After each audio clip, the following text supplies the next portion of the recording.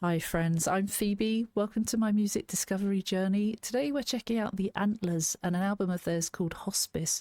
Now, the Antlers might not be so well known, but that doesn't determine how great they are. In fact, from hearing just one of their songs, I've had this album commissioned by Eon Blue, who I was fascinated by it, and Eon Blue said I would like the rest of the album, but had only requested the video because it was the only song on the album that had a video. Now, I don't mind reacting to songs without video, especially if they've got meaning or a big story behind them. Now, this is a concept album, Hospice. I listened to 2 before, but we are going to listen to the whole thing. And Eon Blue said 2 was midway through the album and there's a lot of context missing. So Hospice tells the story of a hospice nurse who falls in love with his patient who spent her life fighting cancer. It's heavy. They end up in a very toxic, codependent relationship. The album is powerful and heartbreaking. It absolutely changed my life when I heard it, and I still think about it often, almost 20 years later. From your reaction to 2, I'm certain that you would love the whole album. So this is what we're doing. We're going to listen to the whole thing. I love a concept album, and especially love to push artists that are not as widely known. I hadn't heard of the Antlers before this. They've been around for a little while. They're an indie rock band based in Brooklyn, New York. They started making music and formed in 2006. They had a bit of a hiatus between 2015 and 2019, and they are still going. We've got members Peter Silverman and Michael Lerner at the moment. Let's have a look. We've got the prologue to begin, and there is a note here, but we're just going to listen to it first, I think. See how we go.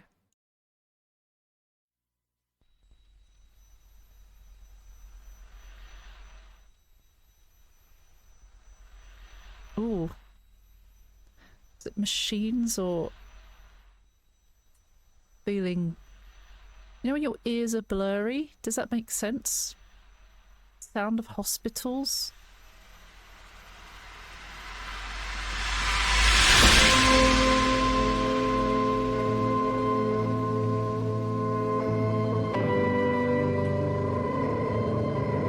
Oh. It's quite... There's something off with it. But it sounds incredibly sad.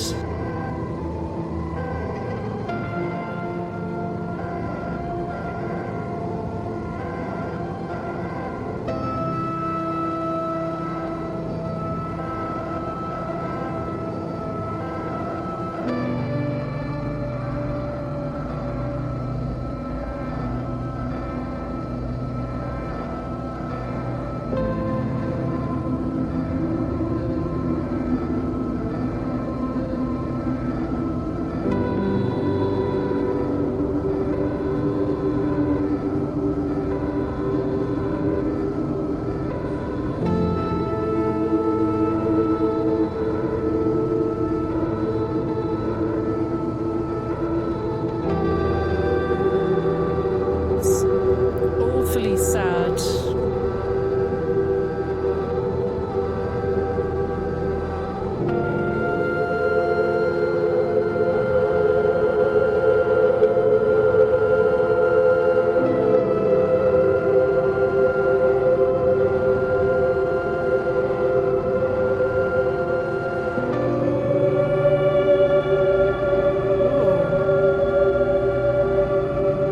It's really unsettling. Amongst it.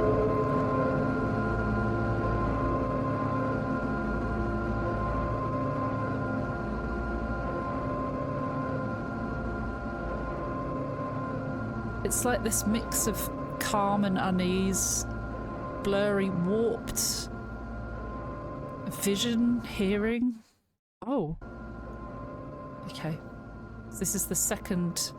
It kind of flows in, even with a brief pause.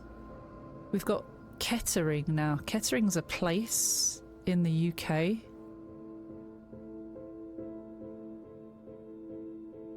before we go further into that prologue, the prologue, it felt like, you know how you feel when everything seems or feels distant, blurry. We had the crackling.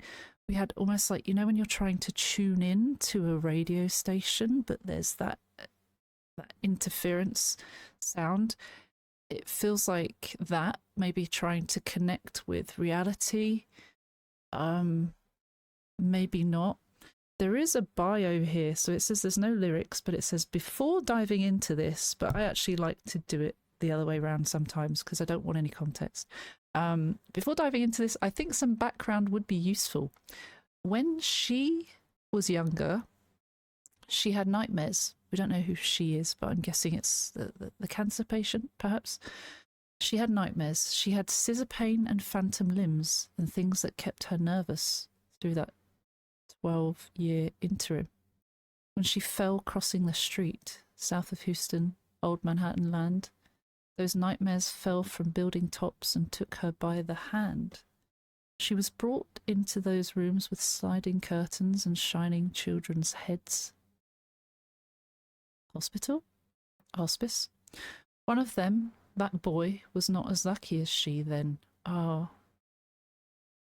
Someone died, I guess, in the hospice, as hospice is an end of care or end of life care place for people to go, be looked after and cared for.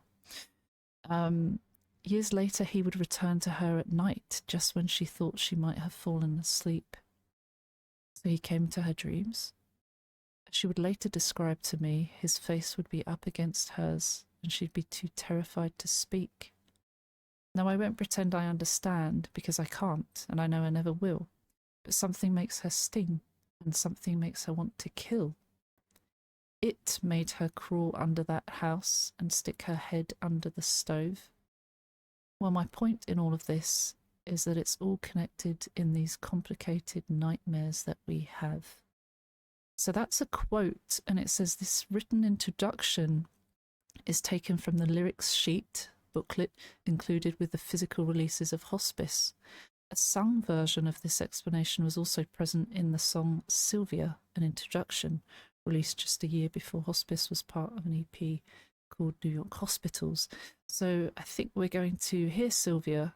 Sylvia's the third track, actually. So let's listen, shall we?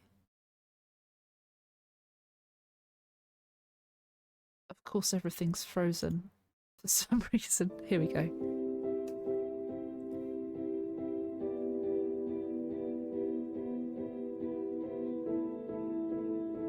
Kettering.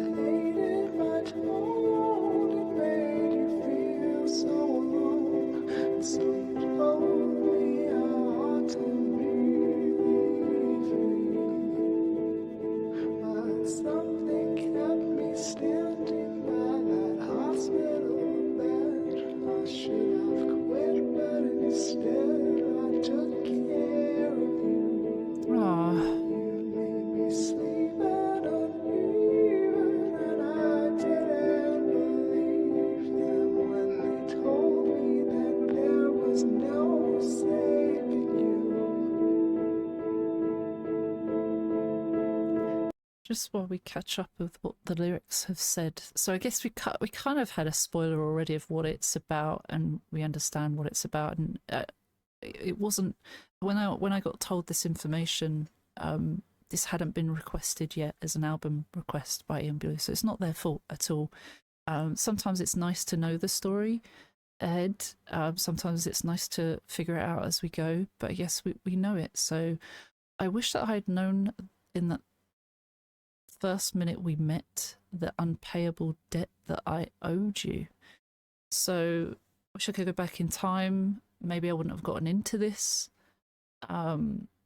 There's an unpayable debt, like I feel like I owe you so much, or is it that you maybe feel like I owed you something? Especially with it seems like their violent outbursts. It says here, in relationships like the one in hospice, the abused partner often finds himself wishing that they had really known what they were signing up for. And I guess, yeah, that makes sense as well. The nurse has no comprehension of the kind of debt he has to pay Sylvia, who is the patient here, it seems. Because you'd been abused by the bone that refused you, and you hired me to make up for that. So they were abused as a child, as an adult. You hired me to make up for that. Perhaps the care that they should have had from family was not given, and so they are in a care home, they're in a hospice, so that they can have proper help. Maybe not. Maybe it was just better for them and those around them to have proper care. I know that sometimes people inherit family, they inherit a care role, and a lot of people don't know how to do that because you're not given a manual. So a lot of people want to help, but they feel that the better option is to provide a proper space to care for the patient in question. There's a lot of different decisions people might make, and a lot of reasoning behind it, and a lot of people feel guilty when they shift someone off to a hospice, I guess, or not a hospice, a care home. In this case, it is a hospice, so it's end of life care. I guess there's similarities in both of them, right? But the key thing is that there are medical professionals that should, in theory, know better than the family who are not medical professionals. But there's pros and cons with all of that. Anyway, it says here that the patient suffers from terminal bone cancer, so the bone that refused you is also a mention of the cancer they have, or the phantom limb syndrome. It says it could be associated with that, which they mentioned in the prologue. But anyway, he was hired to make up for that, or help, I guess. And I guess he knows that she's nearing or heading towards it's a terminal cancer, so heading towards death. Really, it's coming faster than a natural death, and it's quite heavy, isn't it?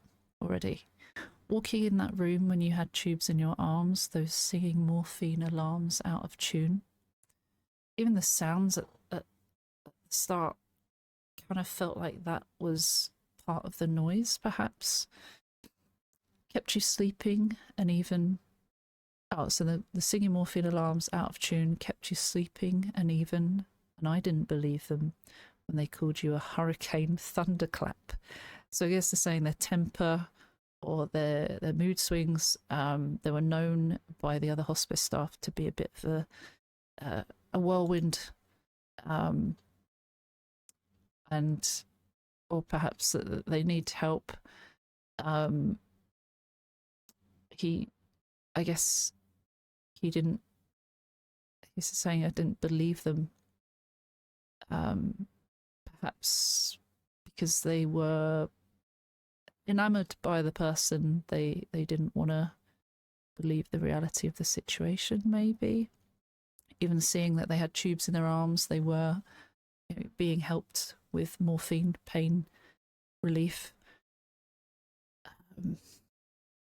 Yeah, perhaps. When I was checking vitals, I suggested a smile. They were checking their you know, they were measuring things medically, and I suggested a smile. Is it that they said, "Oh, it wouldn't hurt to smile," or is it that they suggested with a smile, a smile? Either way, there's a warmth to that. But it says you didn't talk for a while. You were freezing, because cancer patients' body temperatures can be up and down. I know that a lot from family telling me. You said you hated my tone. It made you feel so alone, and so you told me I ought to be leaving. So the first interaction, she didn't actually like him or his tone, and said he should go. Or perhaps there's an annotation here. Perhaps it's a manipulation tactic. Perhaps it's an unconscious manipulation tactic. You should go. Without realizing what that might do to someone. You know, when you say you should go, the other person's probably like, no, I won't go. I'll stay right here, actually. But something kept me standing by that hospital bed. So it could have been that, right? So there was a pull either way. I should have quit, but instead I took care of you. So again, saying I shouldn't have done it, but I did. You made me sleep and uneven, and I didn't believe them when they told me there was no saving you. Sleep and uneven.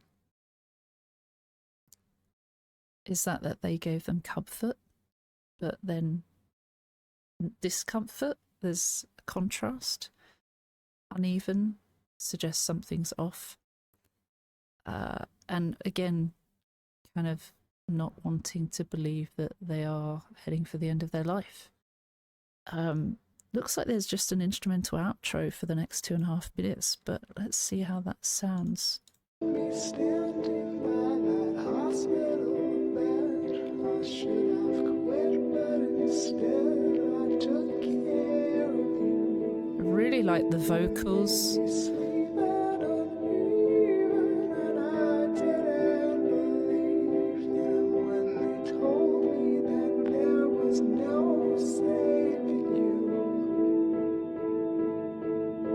Love the piano.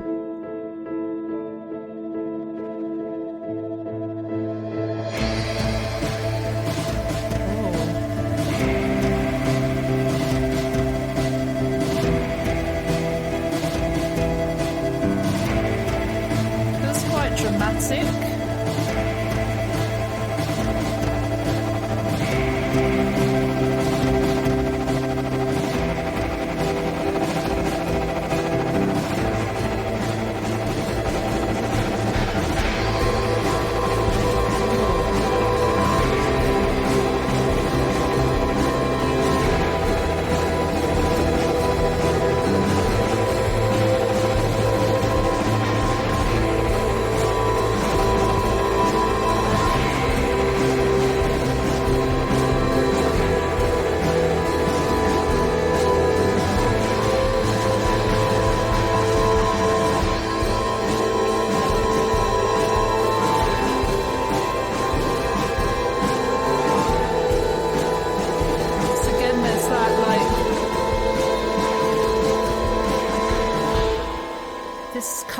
That unease.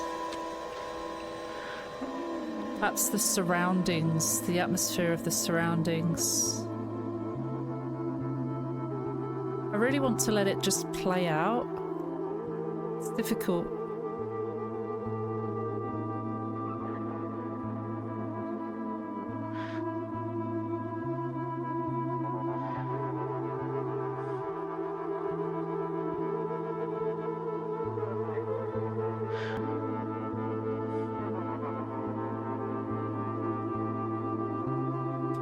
Kind of eerie now,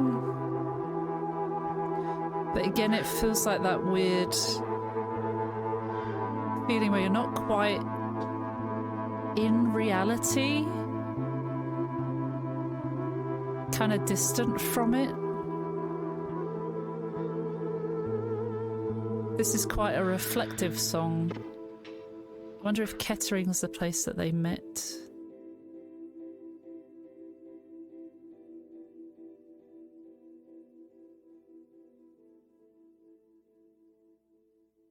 Then we've got Sylvia.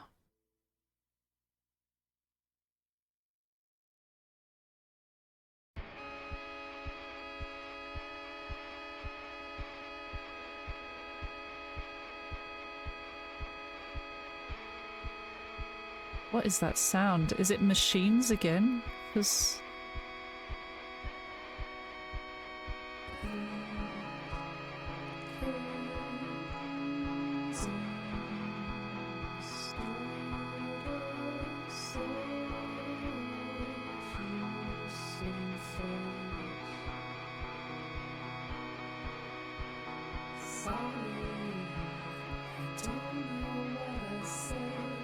love the sound. It's really eerie. So they've had an argument.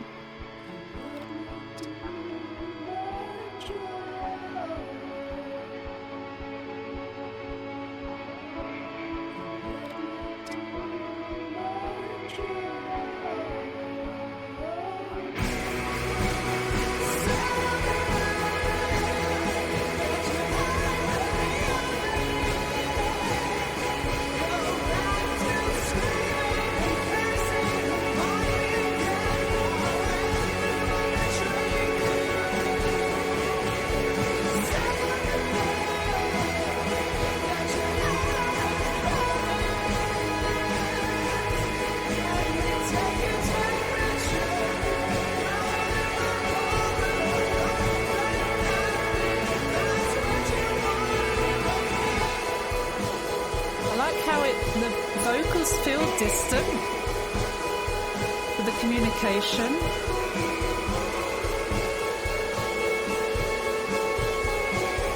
There's chaos happening.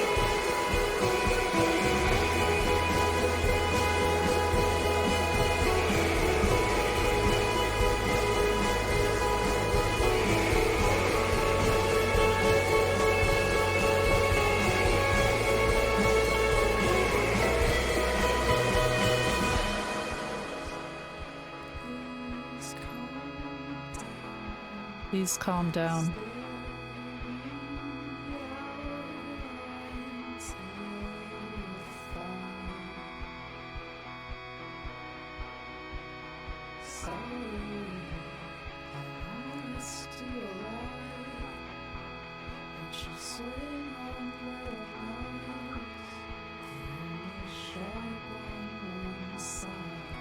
Bit more calm.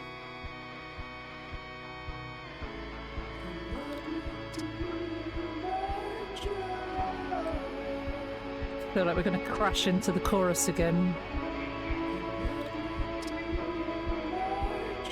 The intensity builds.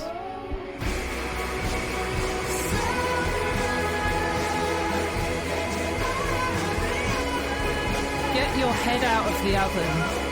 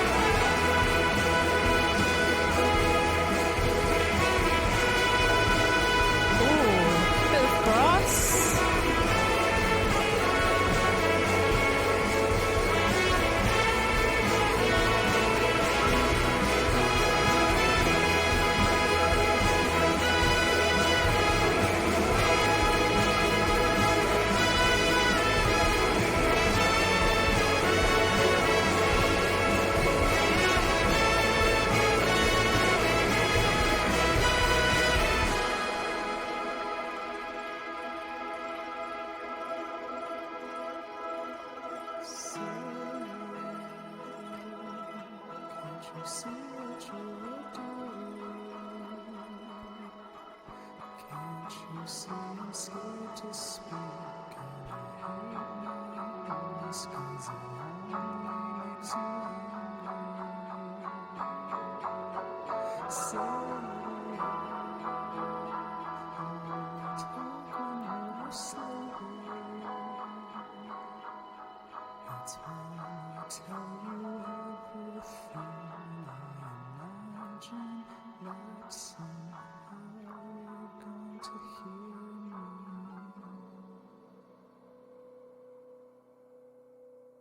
That's the end of that one. Gosh, it was... Yeah, it's kind of sad.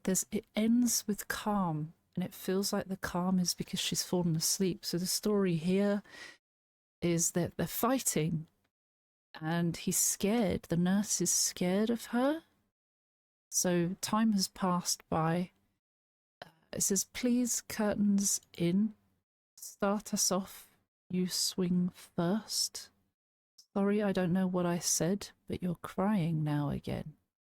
And that only makes it worse. So you swing first. The narrator is, it says here, willing to start the process of talking, dealing with her by letting her get a free hit, physical, emotional, or otherwise, because he knows that it's her way of dealing with the pain. So I'm guessing he understands that she's going through this, and her outbursts are not excusable, but there's an explanation behind them, perhaps. But he's a punching bag, I think. That's what it feels like. But they're fighting anyway, and he says, let me do my job. Let me do my job. So I guess they're, even if they are in a relationship, or if they're not really sure at this point, because they might not be at this point, but even just as a patient, let me do my job. Please don't create this difficult situation. It doesn't have to be any more difficult than it already is. But also, Sylvia seems to be lashing out. And let me do my job is like, please just let me do my job. Sylvia, get your head out of the oven. So this is the thing that we read about in the prologue. Get your head out of the oven. Is this her trying to be destructive? Go back to screaming and cursing.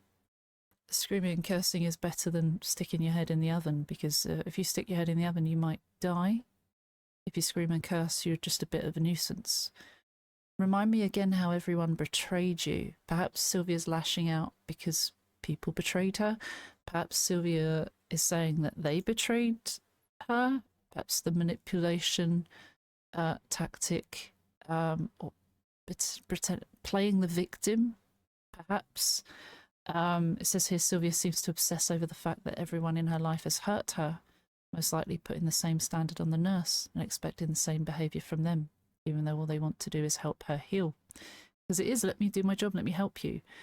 But perhaps the way Sylvia was treated and what Sylvia is going through, Sylvia feels a lot of resentment towards that, and naturally isn't going to be all nice about it. Some people learn different things from their experiences, and this is how Sylvia is, which is quite sad. Sylvia, get your head out of the covers. Let me take your temperature. So again, Sylvia's hiding, doesn't want to be seen, doesn't want to be interacting with the nurse, but the nurse is trying to take her vitals. You can throw the thermometer right back at me if that's what you want to do, okay? So this kind of compromise, or if you do the thing, if you help me do the thing, you get a reward. And sadly, it's at his detriment, or it's his expense.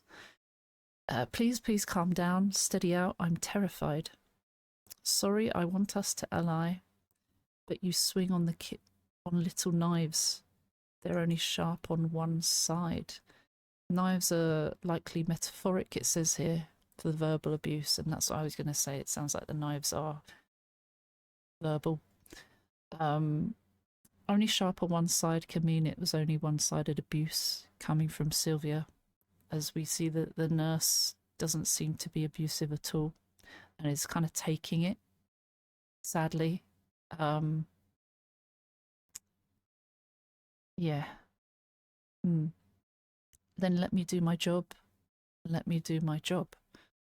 Trying his hardest to assist and help. She's not, she's quite difficult. And again, understandably so. It's not excusable, but there's a reason behind it.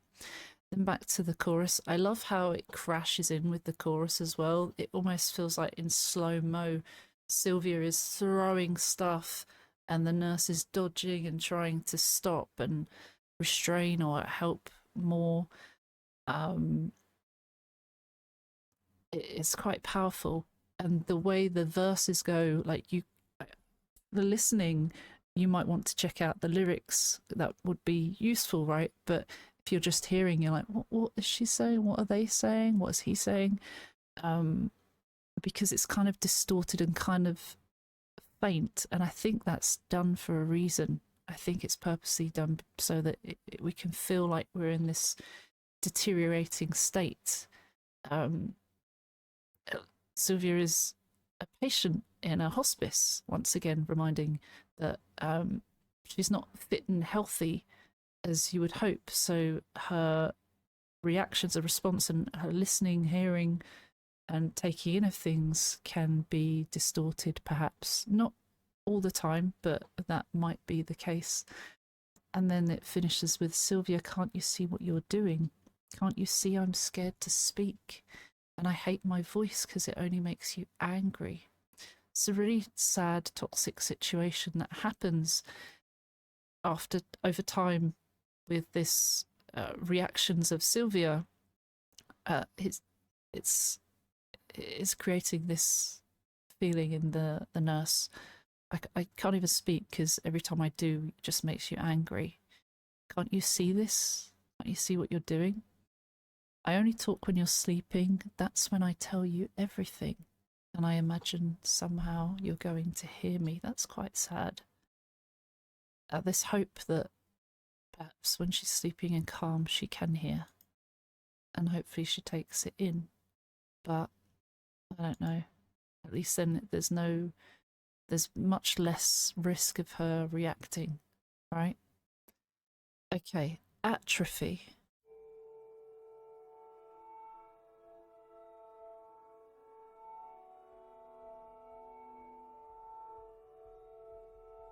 I think that's how you pronounce it.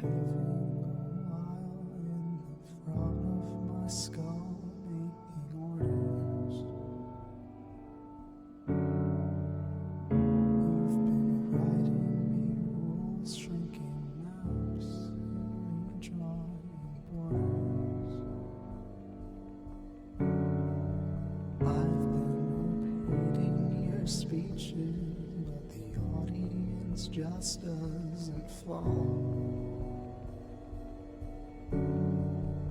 because I'm leaving out words, punctuation, it sounds really hollow. You can hear that in the background. I've been living in bed because now you tell me to sleep.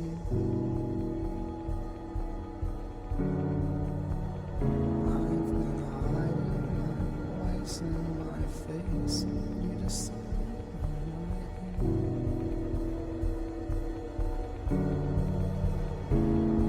dreams I'm a criminal, horrible, sleeping around. While you're awake, I'm invisible, constantly letting you down. It's miserable.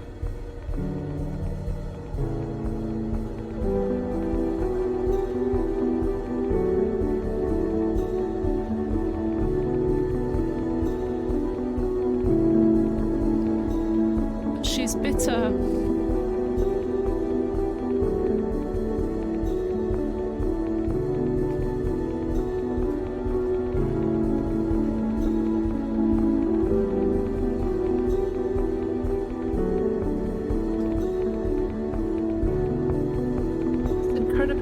bad. This is a wipe from today. I didn't think to get tissues.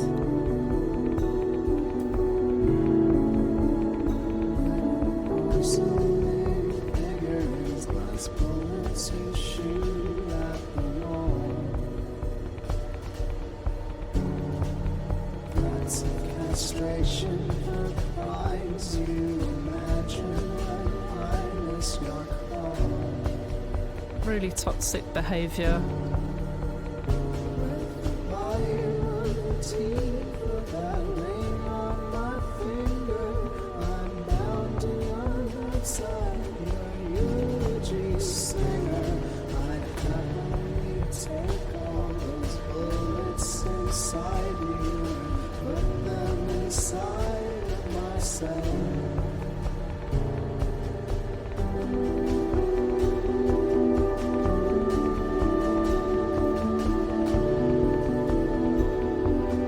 You would take her pain.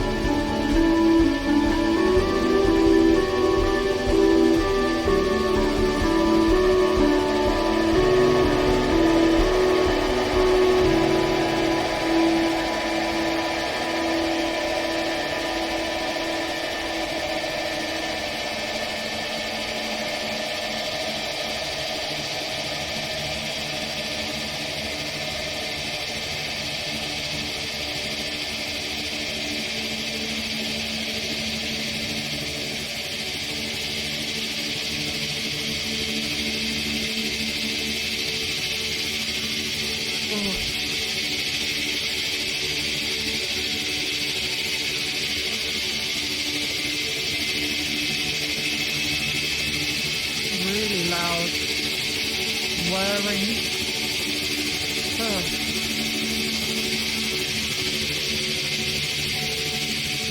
I don't have any tissues.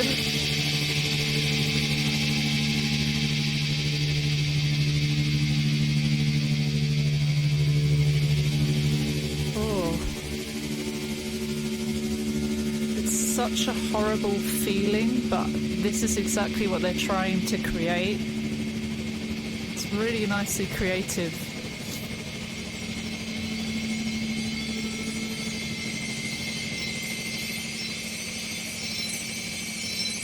It's kind of magical. Sounds a little bit like a wind chime.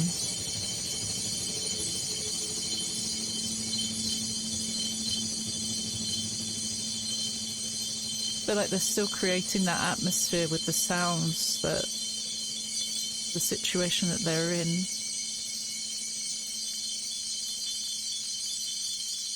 Oh my goodness.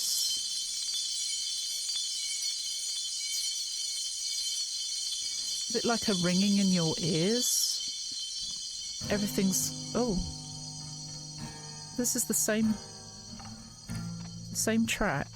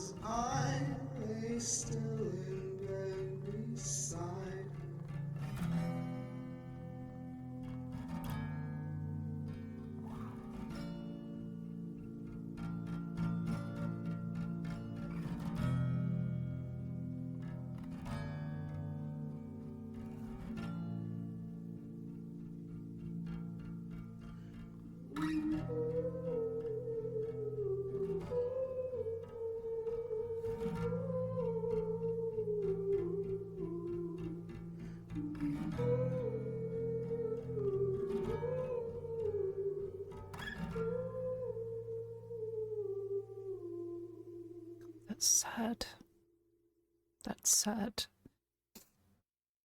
So, you've been living a while in the front of my skull making orders. You're in my head. You got in my head and you're demanding, controlling. You've been writing me rules, shrinking maps, and redrawing borders. It's creating an environment that she controls, dictating everything he does and taking his freedom, really. I've been repeating your speeches, but the audience just doesn't follow. Perhaps anyone outside doesn't get it because it's a toxic situation. Because I'm leaving out words, punctuation, and it sounds pretty hollow.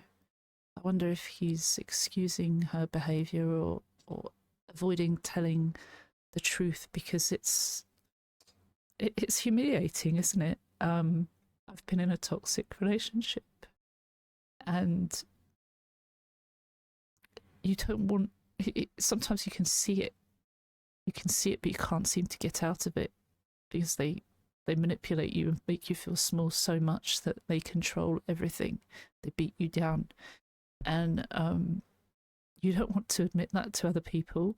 You don't want to admit that it's a bad situation, so you make excuses for them, or you avoid the true extent of it. And I wish I'd known back then how to deal with that, or that I was worthy of better treatment. And this must be an awful situation to be in for someone like the narrator, where the situation is a lot more vulnerable, volatile, perhaps. Gosh, sounds pretty hollow. He's miserable. You can feel that from the sound, from what he's saying. I've been living in bed because now you tell me to sleep. I've been hiding my voice and my face, and you decide when I eat. I'm a shell of myself. I'm not who I was. I'm living in bed when this person, I think, is healthy enough, but perhaps feels guilty because Sylvia is in bed. Sylvia can't just go out whenever she wants to. It's about she's punishing him, controlling him because she doesn't get those luxuries, and she's bitter about what this has done to her. And I know this has happened to others before in this situation. It's an awful thing, and I understand why people feel bitter about it. But it's very sad that they're taking it out on others. In your dreams, I'm a criminal, horrible, sleeping around. So she dreams about him, ridiculous things that probably aren't true, but she dreams about him being evil, doing horrible stuff. While you're awake, I'm impossible, constantly letting you down. So he can't do any right, whether she's asleep or not. Even in her dreams, he can't do. He's not enough for her, and she'll always find faults in stuff because she can't look at the brighter side for whatever reason, with all this bitterness.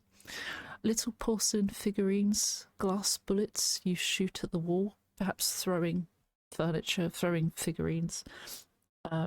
Glass bullets you shoot at the wall, again, glass. Threats of castration for crimes you imagine when I miss your call. This punishment of a manipulator and an awful person, usually a narcissist as well. The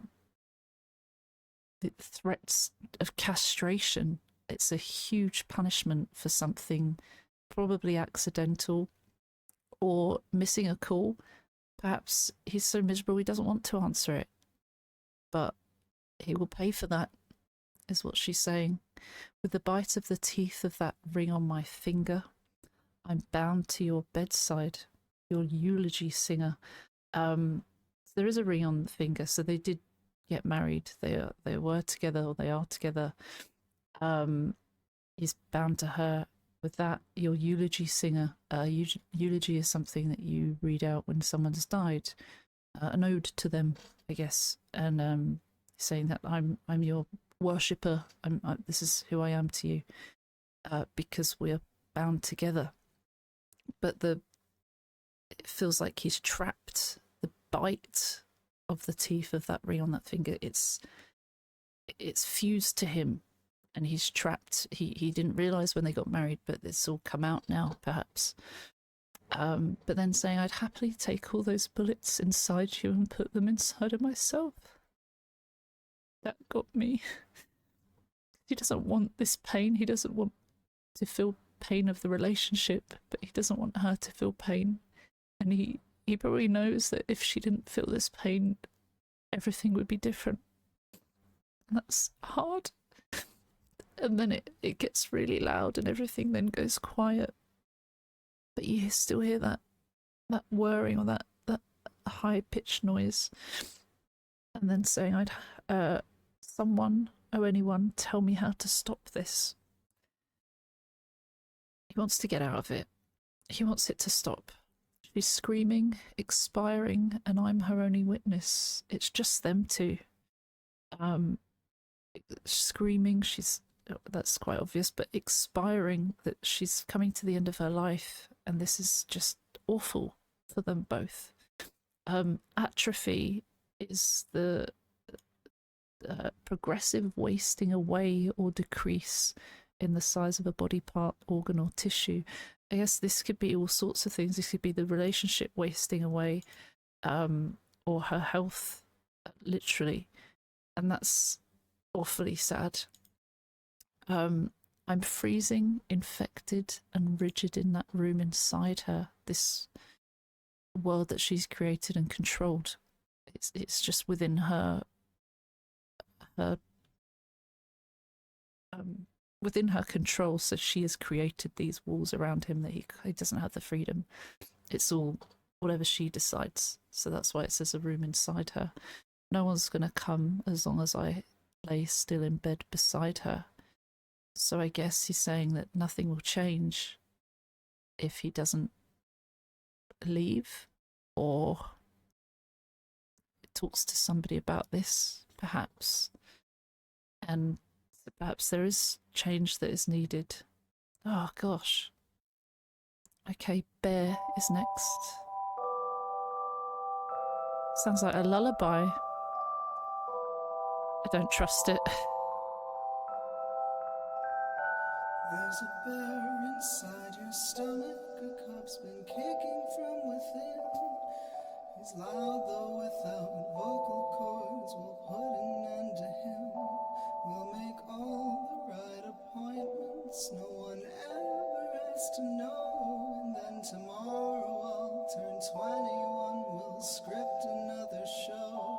We'll play charades up in the Chelsea, drink champagne although you shouldn't be. We'll be blind and dumb until we fall asleep. None of our friends will come, they dodge our calls, and they have for quite a while now. It's not a shock you don't seem to mind, and I just can't see how. We're too old. We're not old.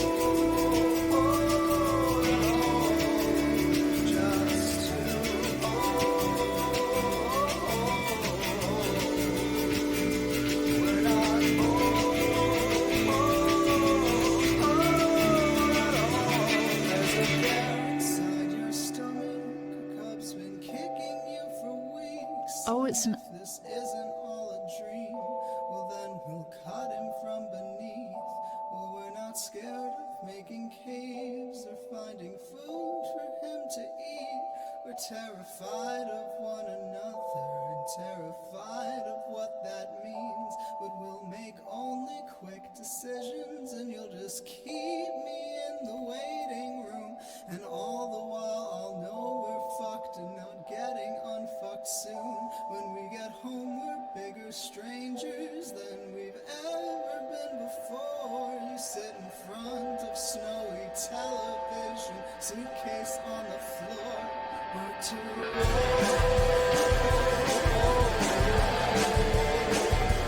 We're not old. Just too old. We're not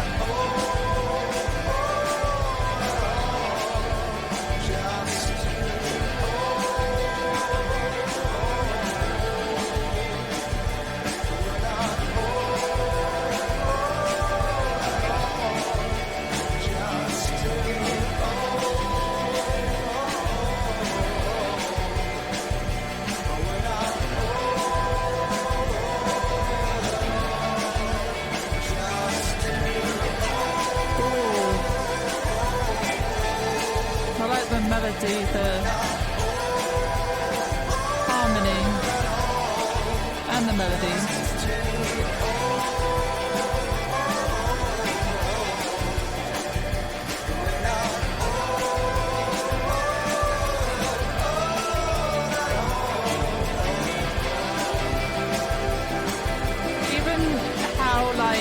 Kind of happy this feels, but it's about sad things, contradicting, just like the chorus.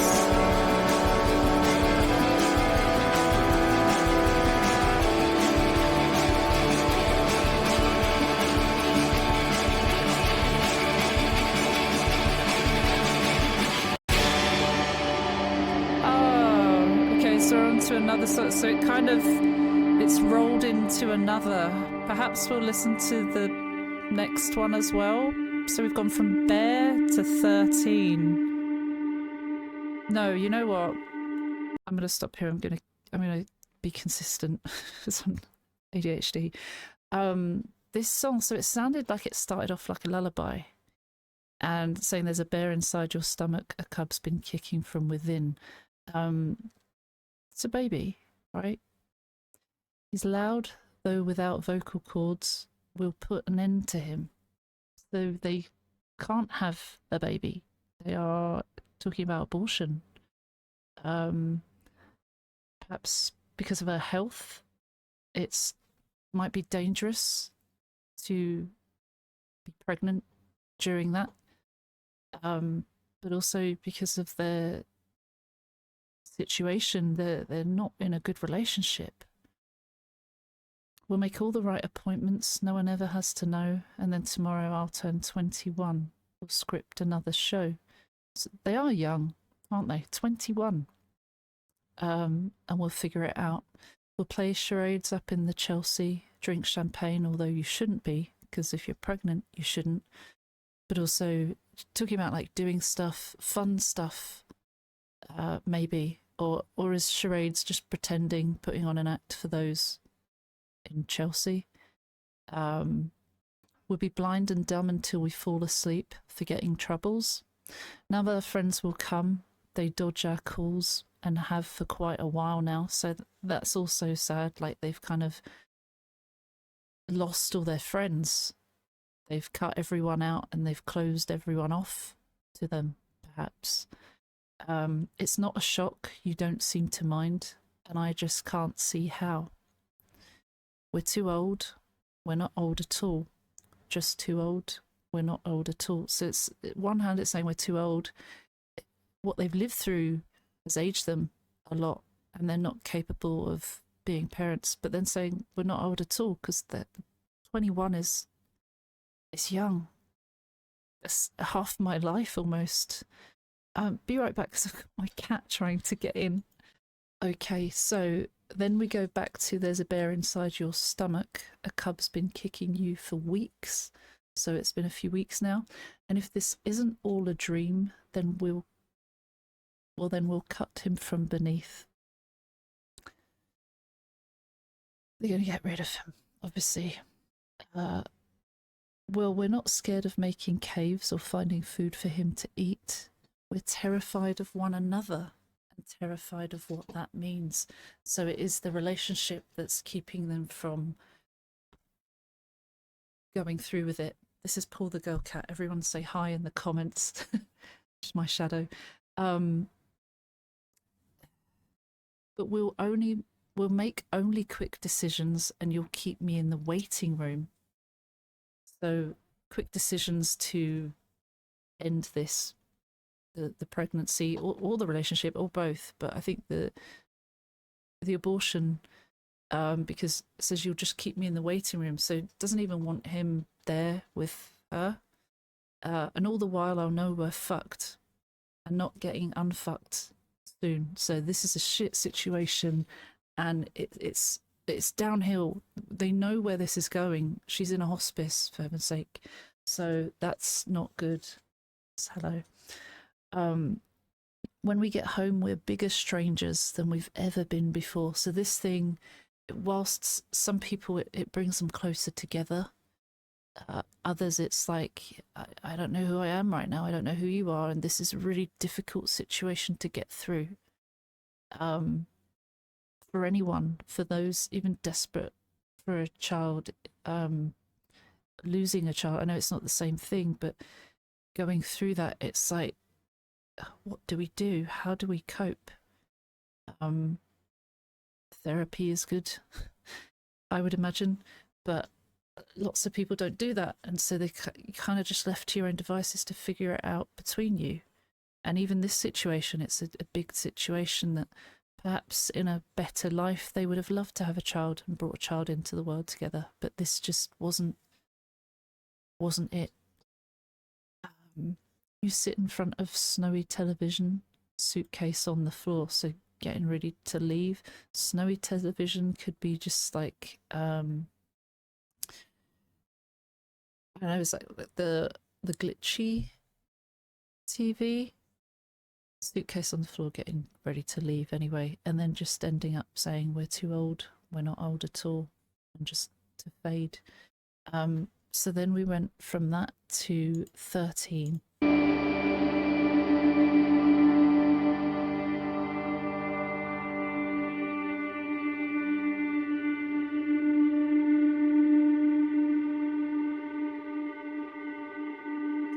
This atmosphere is just...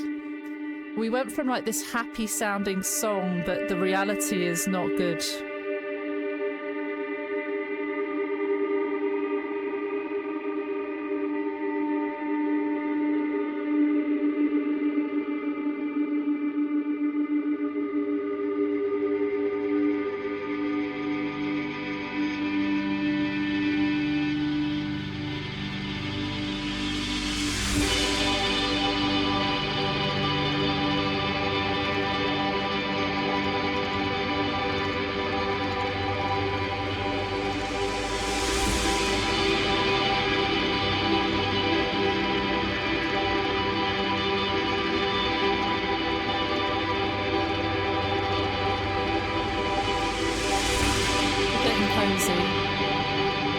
This doesn't sound good though.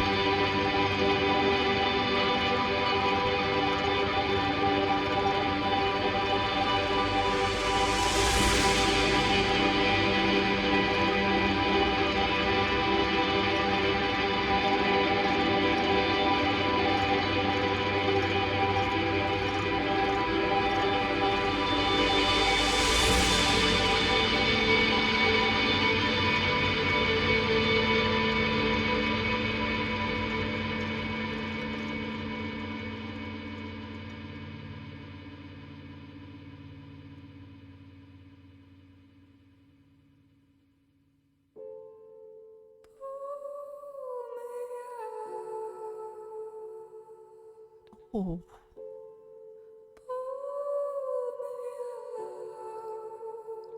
Can't you stop this all from happening? Close the doors and keep them out. Dig me out. Oh, dig me out.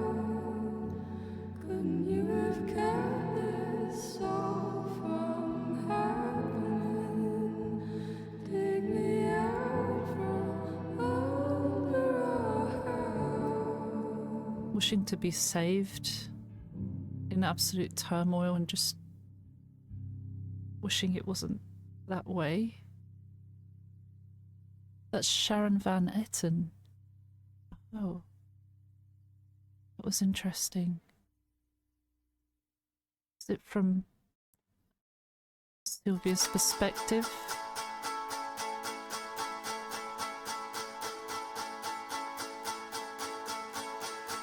Oh.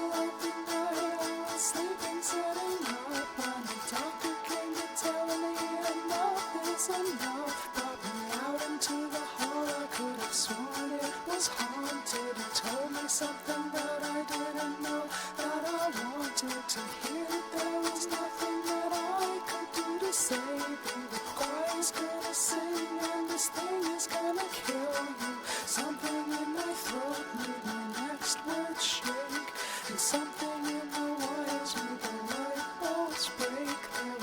ice inside my feet and raining down from the ceiling. You open up the scars that I just finished healing. You tore apart the canyon running down your feet. I thought that it was beautiful, it made me a believer. And as it opened, I could hear you howling from your room. But I hid out in the hall until the hurricane blew. Hurricane. And tried to give you something for the pain. Came to hating me again and just sang your refrain. Had a new dream, it was more like a nightmare. You're just a little kid and they cut your hair. Then they stuck you in the sheets. You came so close to dying. They should have listened, they thought that you were lying. Daddy was an asshole, he fucked you up. Broke the gears in your head, now he greases them up. And no one paid attention when you just stopped eating. 87 pounds and this all bears repeating.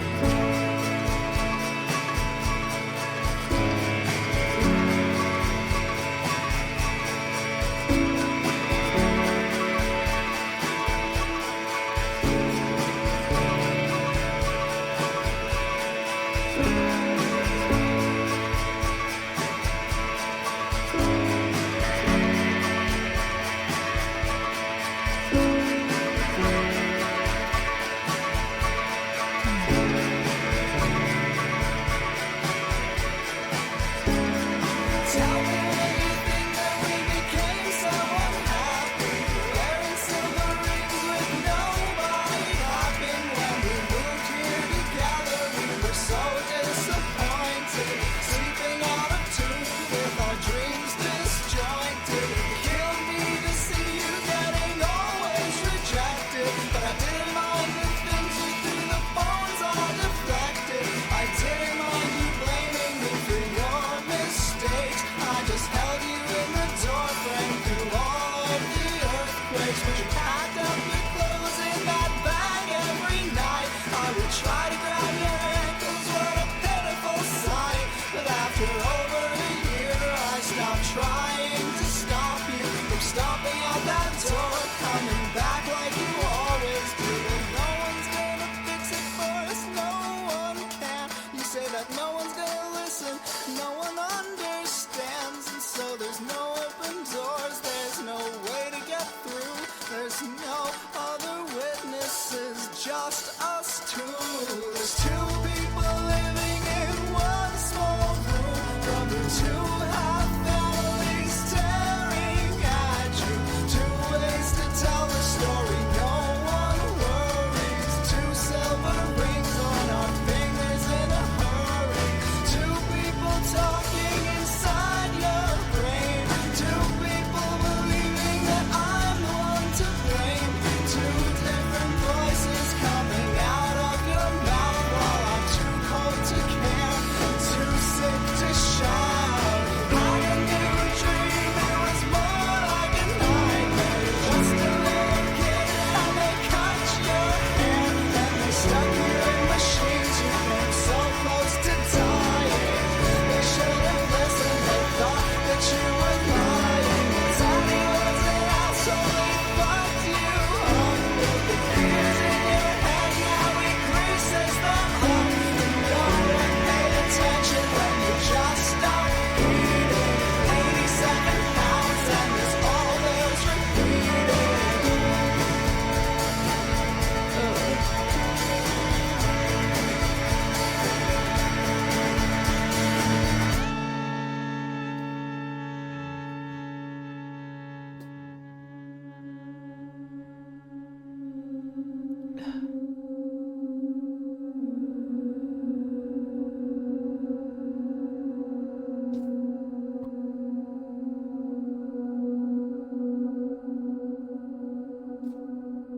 Oh. Even this feels strange.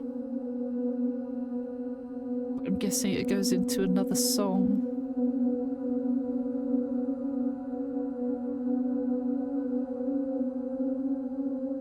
So eerie. Feels like nightmarish.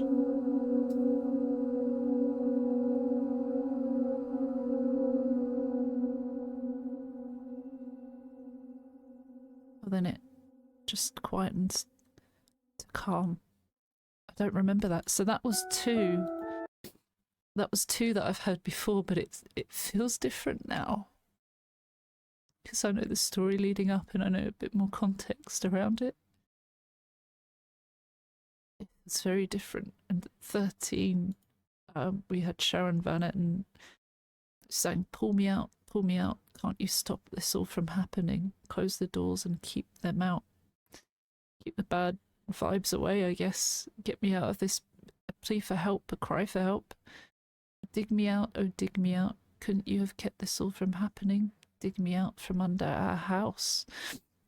Feels like it could be from both of their perspectives. They've both gotten so far removed that they don't know how to deal with it, but they're both saying, pull me out from under the rubble. This house that we made together, this relationship, but we're under it. If it were a successful relationship, they wouldn't be under it. They'd be in it, on top of it, anything but under it, anything but wanting to be pulled from the rubble, the destruction of it all. And that's awfully sad. And then 2, kind of gives a bit of an insight into her family or their families and her behavior, reasons for it. Abusive dad. Talks about daddy. Your daddy was an arsehole and he fucked you up. Built the gears in your head and now he greases them up. It's like he abused you when you were younger, or he did something awful. And even now, even if he's not there, because it says it's just them two, they've kind of cut everyone off from them. The memories of that, the trauma of that, allows her to relive those memories and keep doing these things. And that's difficult to deal with. In the middle of the night, I was sleeping, sitting up, when a doctor came to tell me enough is enough. He brought me out into the hall. I could have sworn it was haunted, and told me something that I didn't know I wanted to hear, that there was nothing that I could do to save you. The choir's gonna sing, and this thing is gonna kill you. Something in my throat made my next word shake, and something in the wires made the light bulbs break. So this is the nurse, and a doctor has kind of intervened. I think there's been an intervention saying this is ridiculous. They've probably heard them fighting, and something in the wires made the light bulbs break. Could this be like a light bulb moment? Or it says here, in response to the doctor's advice, the protagonist screams at him. Even though he knows he cannot save the patient, he lashes out at the suggestion to give up. As stated in this annotation, a common response from abuse victims is hostility when their loved ones attempt an intervention. Okay, yeah, I guess, yeah. So he basically, the doctor has intervened and said, it even says it told me something I didn't know I wanted to hear. And there's a reassurance there from the doctor. This is a bad situation. This isn't good for you. And whilst you probably feel guilty at the situation that you're in and the way this is for you and her, you don't deserve this. And I think it's a very difficult thing to know that she's dying and he wants to make it better, but it seems like he can't, and someone's kind of saying you can't fix this, but it's not your fault. And the choir's going to sing and this thing's going to kill you. So talking about the patient, eventually they are going to die. We know that already. There was glass inside my feet and raining down from the ceiling. It opened up the scars that had just finished healing. So I guess the glass being thrown around before in this awful toxic environment. Talking about these scars that just finished healing, and now there's more because there's anger at things and reaction to things. It tore apart the canyon running down your femur. I thought that it was beautiful. It made me a believer. It's talking about her body. It tore apart her leg. I think. Saying it was beautiful, it made me a believer. It says here he's looking at the flaws and not recognizing them as a fault, saying they were beautiful.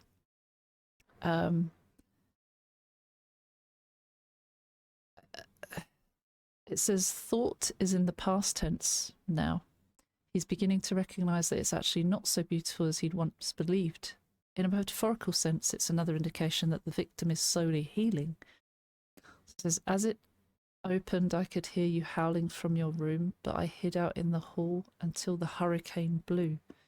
So this is a callback to the earlier mention of a hurricane and this whirlwind of abuse that she is creating. When I reappeared and tried to give you something for the pain, you came to hating me again and just sang your refrain. You had a new dream. It was more like a nightmare. You were just a little kid and they cut your hair. Then they stuck you in machines. You came so close to dying. They should have listened. They thought that you were lying.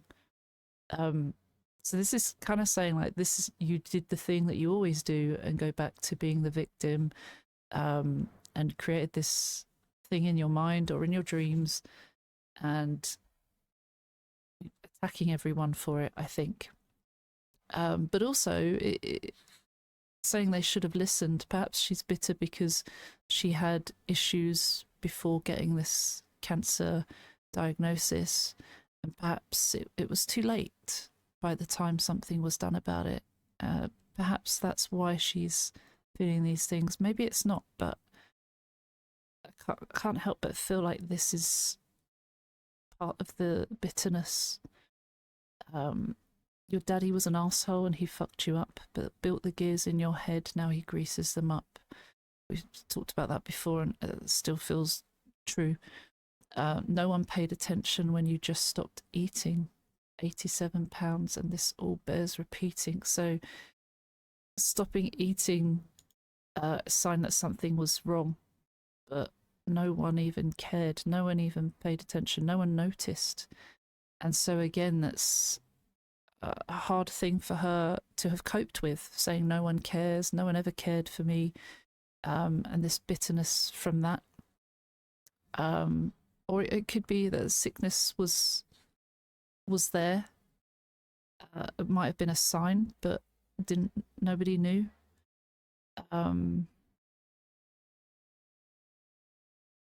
It feels like a call for help, a cry for help, or when someone develops an eating disorder, but saying no one even noticed that. Tell me when you think that we both became so unhappy, wearing silver rings with nobody clapping. So they got married, but no one was there for them. It was just them two, right? They took on the world on their own, and it seems like nobody supported that relationship, and probably rightly so, as we can see now. When we moved here together, we were so disappointed, sleeping out of tune with our dreams disjointed. It was all a mess. It killed me to see you were always getting rejected, but I didn't mind the things you threw, the phones I deflected. Seeing you getting rejected, seeing bad things happen to you, and then again being the punching bag. I didn't mind the things you threw, which he should have. Nobody deserves that. But he's saying that he feels bad for what she's been going through, that being the punching bag is nothing compared to that. And knowing that he hasn't got an expiry date fast approaching, and she has, and I think there's that guilt there. I didn't mind you blaming me for your mistakes. And perhaps the rejection is her body rejecting um, whatever the help is that they've tried to give her. I didn't mind you blaming me for your mistakes, which is a trait of theirs. I just held you in the door frame through all of the earthquakes. People say that standing in a doorway can be a safer part of a structure if there's an earthquake. I think that's like a myth or an old wives' tale. But perhaps thinking that he could withstand this breakdown, but actually, realistically, it hasn't helped. I held you in the door frame. He was trying to be strong and just holding her, trying to calm her down, but this destruction was happening anyway. But you packed up your clothes in that bag every night. I would try to grab your ankles. What a pitiful sight. But after over a year, I stopped trying to stop you from stomping out that door, coming back like you always do. Just got tired of it. Same old shit. Nothing changed. And over time, you will get tired of stuff if nobody's working on things or it just is going downhill. Well, no one's going to fix it for us. No one can. Just them. They're in control of this, or they've done this. You say that no one's going to listen, no one understands, and there's no open doors, there's no way to get through. There's no other witnesses, just us two. They've created that environment for themselves. And at this point, it feels like no one can fix that for us. Now, perhaps it's just at a point when they feel like there's no other option. Maybe they don't realise that they could get professional help, but they don't seem to want to anyway. There's two people living in one small room from your two half families tearing at you. Half families. Says they might most likely judge their relationship or judge the lovers as people. Two ways to tell the story. No one worries. 2 silver rings on our finger in a hurry. They got married quick. 2 people talking inside your brain. The different sides to her. The lies that she's telling herself. She's telling herself things really happened, but they were in dreams for some things. 2 people believing that I'm the one to blame. Regardless, nothing he can do makes it better. He's in her dreams, he's bad. And while she's awake, he's bad. While I'm too cold to care and too sick to shout, he's a shell of himself. Just done with things. Had a new dream, it was more like a nightmare. You were just a little kid and they cut your hair. They stuck you in machines, you came so close to dying. So that part is the same. But then they should have listened, they thought you were lying. Your daddy was an arsehole and he fucked you up. Built the gears in your head, now he greases them up. No one paid attention when you just stopped eating. 87 pounds, this all bears repeating. Actually, that is repeated. Sorry, I don't know why I thought there was a slight change on the chorus about your daddy, but they do actually say that earlier on. Okay, then we've got Shiva.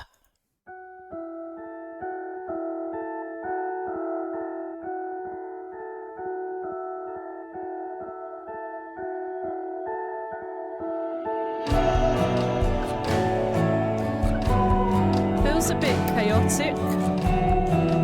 Chaotic but calm again.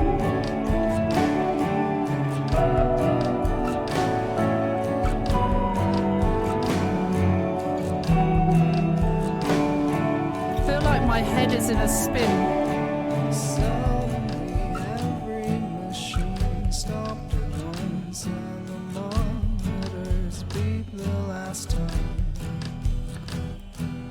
Hundreds of thousands of hospital beds and all of them empty but mine. Well, I was lying down with my feet in the air, completely unaware.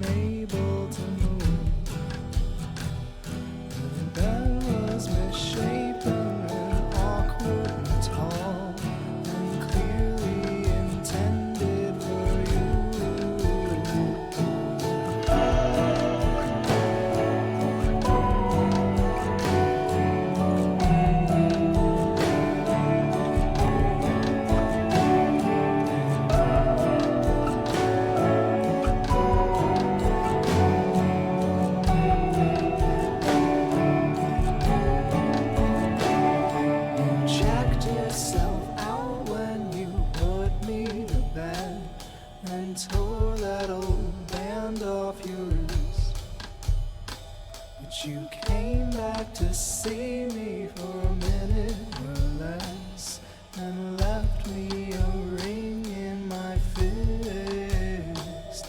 My hair started growing, my face became yours. My femur was breaking in half. The sensation was scissors and too much to scream, so instead I just started to laugh.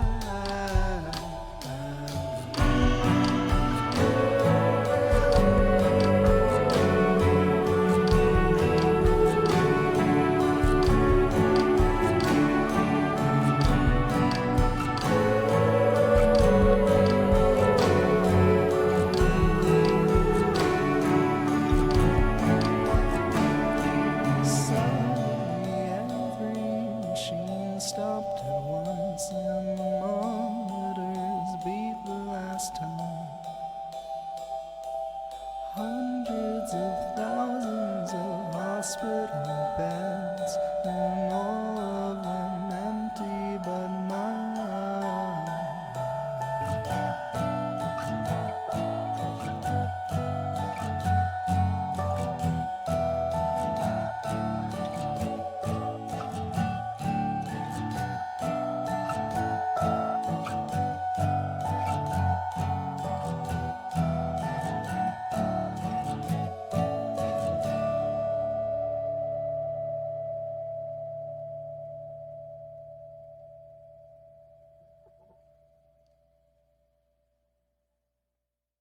The silence. So suddenly every machine stopped at once and the monitors beeped the last time. This is Sylvia dying. Hundreds of thousands of hospital beds, and all of them empty but mine. What does that mean? His hospital bed could be referring to his patient partner, but during the blending of roles between hospice worker and patient, this could be the first line of role reversal displayed in the song. While I was lying down with my feet in the air, completely unable to move. Is that because of what she had created? She had controlled him. So suddenly he's kind of waking up like, what do I do now? But also perhaps a freedom of it, sadly. The bed was misshapen and awkward and tall and clearly intended for you. All these like kind of negative words, maybe not, maybe just weren't, it wasn't a nice flow, was it? Not everything was perfect, and I guess the relationship itself and the person was far from perfect. Perhaps all these awkward, misshapen, tall words used for the bed, clearly intended for you. I don't know, could that be like you made your bed and your bed was misshapen, awkward, not right, off? And that's how all this felt. Even some of the audio, I can't help but think it's purposely like it's not always clear, because this atmosphere was never clear. It was cluttered and it was sad and it was toxic and it was full of control. And actually, I didn't really think about that, but this feels a lot clearer now. And the silence at the end, there have been some moments of silence, but it feels like there's a peace. Perhaps, maybe, I don't know, maybe I'm wrong, but that's what I feel. What does it say here? The nurse, after being removed from the intense emotions of his relationship, can begin to see it for what it really was: twisted, ugly, and sad. That's a note from the bed was misshapen and awkward and tall, clearly intended for you. That would make sense. You checked yourself out when you put me to bed and tore that old band off your wrist. you put me to bed. You, again, you made your bed, saying that she put him to bed. I think tearing an old band off your wrist, that's like a hospital band, trying to check themselves out, trying to...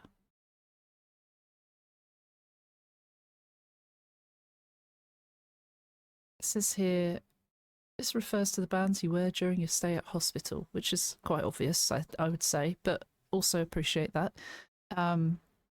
This is also seen on the album cover. Yeah, you see that up there? However, that there. This connects the metaphor to reality, because the hospital was a part of her reality. The metaphor takes place in a hospice. Oh. This furthers the idea which is repeated through the verse about him assuming her place.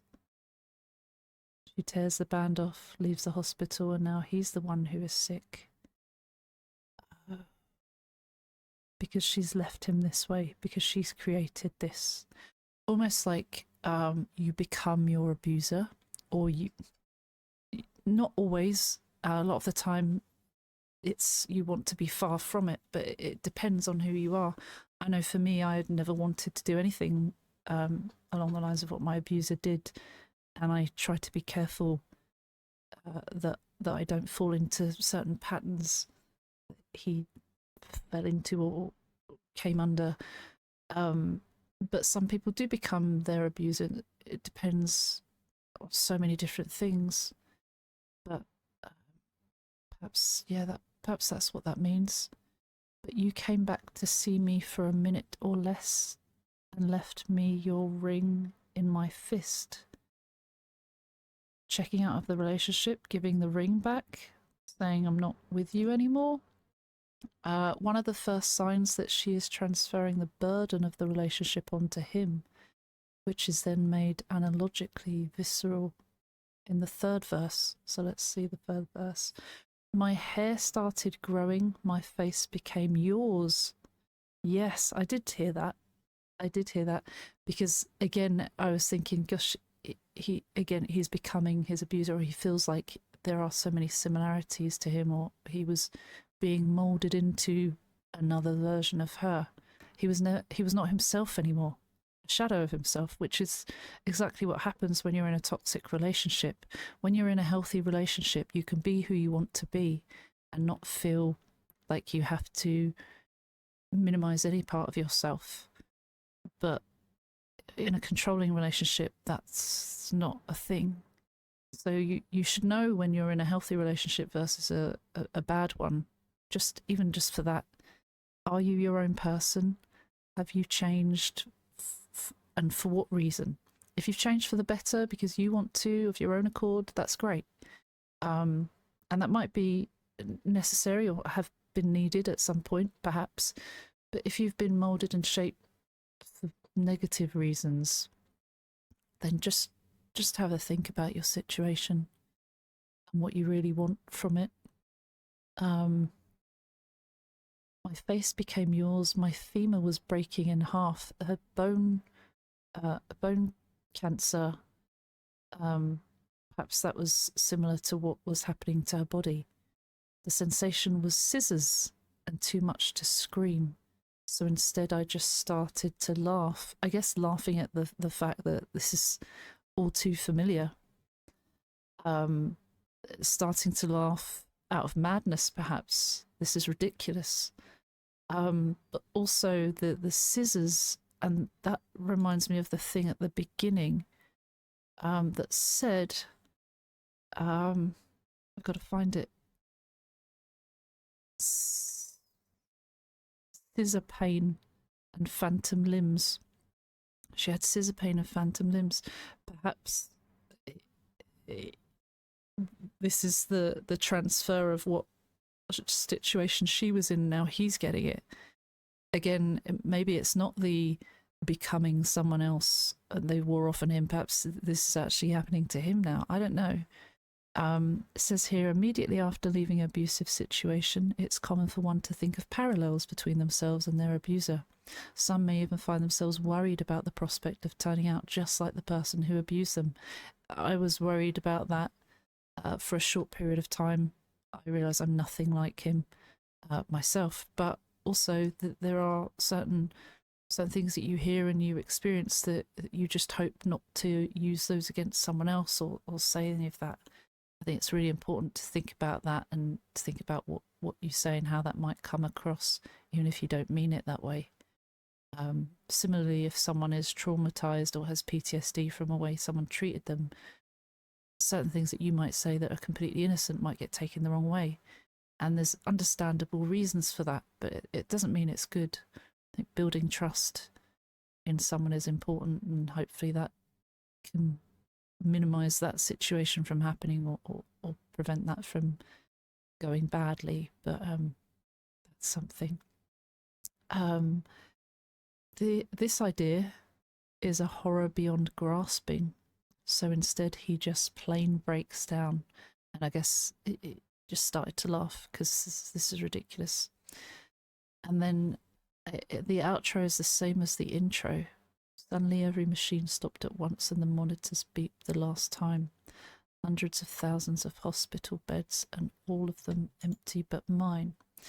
It says here, outside of the story of the patient, the chorus could also be viewed as a metaphor for the romance finally dying, as the couple finally acknowledge the relationship has run its course and they finally pushed each other to breaking point. Looking back at the previous track too, we see him starting to get sick of Sylvia storming out, only to come grovelling back later, as he has actively stopped trying to prevent her from leaving, and notes in hindsight he looked pitiful, pleading for her to stay. The life support machines failing in the hospital could be viewed as a metaphor for the spark attempting to keep the relationship thriving, finally extinguishing, as he acknowledges Sylvia cannot be saved. Verse 2 can be viewed as Sylvia walking out that final time by checking herself out of the hospice, by handing Peter her ring while he sleeps and leaving their apartment for good. The line hundreds of thousands of hospital beds and all of them empty but mine could refer to the fact that there are plenty of other people Sylvia could be happy with, however she chooses to share his hospital bed, even though they both are unhappy and not right for each other. Gosh, that's ever so sad. It says here, Shiva describes the moment when the girl, Sylvia, passes away and the feeling that the boy feels at her death. Shiva is also a Jewish tradition where upon the death of first-degree relatives, families mourn for 7 days, keeping with the theme of the girl's death, Sylvia's death. Okay, next we have wake, which I imagine is the wake of the person not waking up, but let's figure it out, let's see.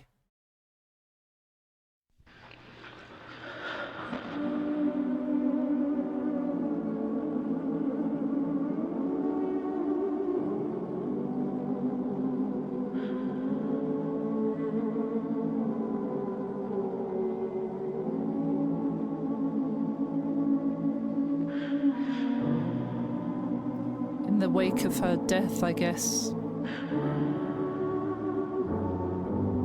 Kind of feels a little bit calm, but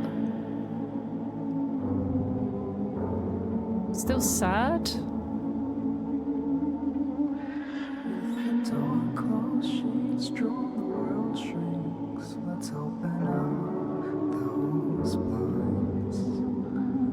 Someone has to sweep the floor, pick up her dirty clothes. That job's not mine. Now that everyone's an enemy, my heart sinks.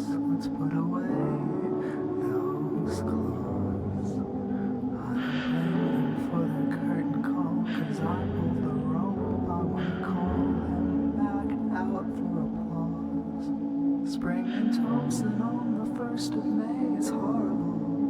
We hid in catacombs.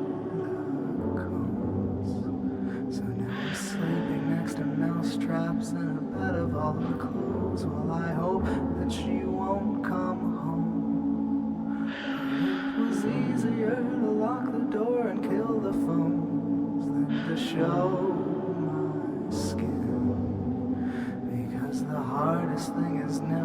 repent for someone else.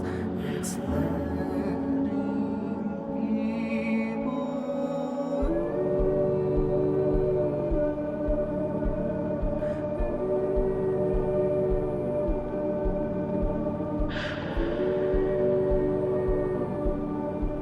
Pushing people away.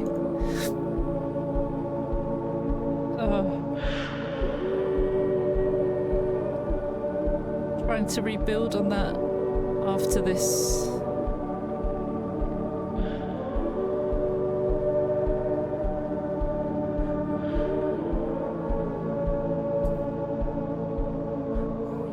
Come inside, unlock the door, take off your shoe.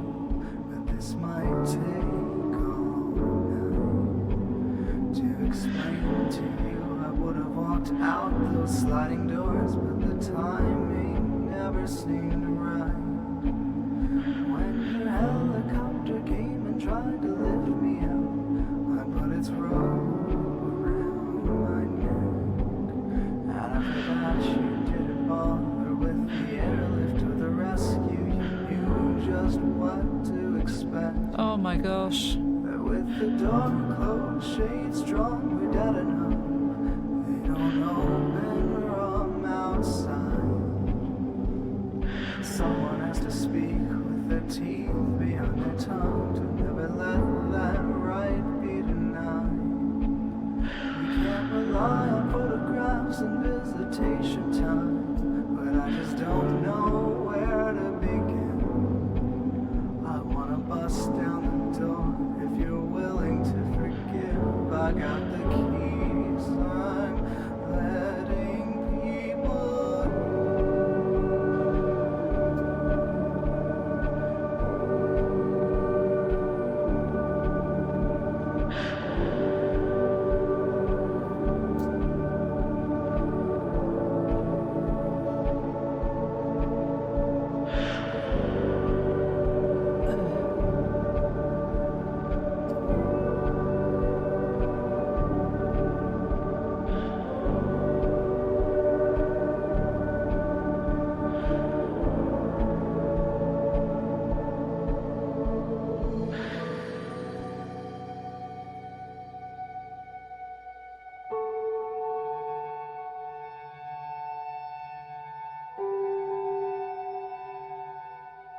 Kind of warped reality that makes sense now. That's what that feels like. They've done some damage and it's uncomfortable and awkward and they have to fix it.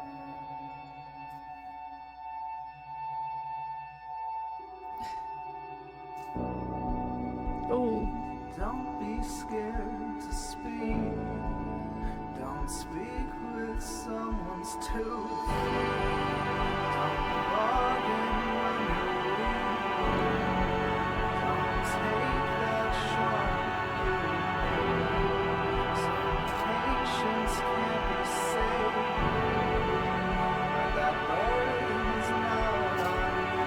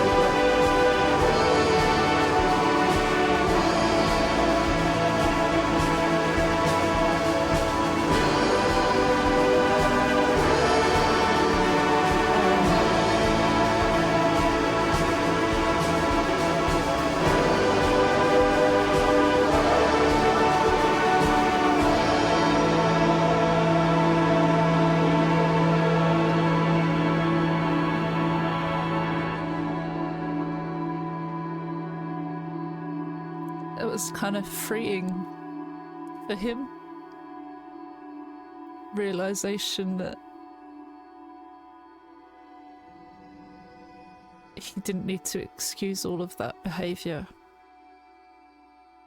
And sadly what it's caused is it pushed people away. People tried to help, but actually refused that help. We'll go through it properly, but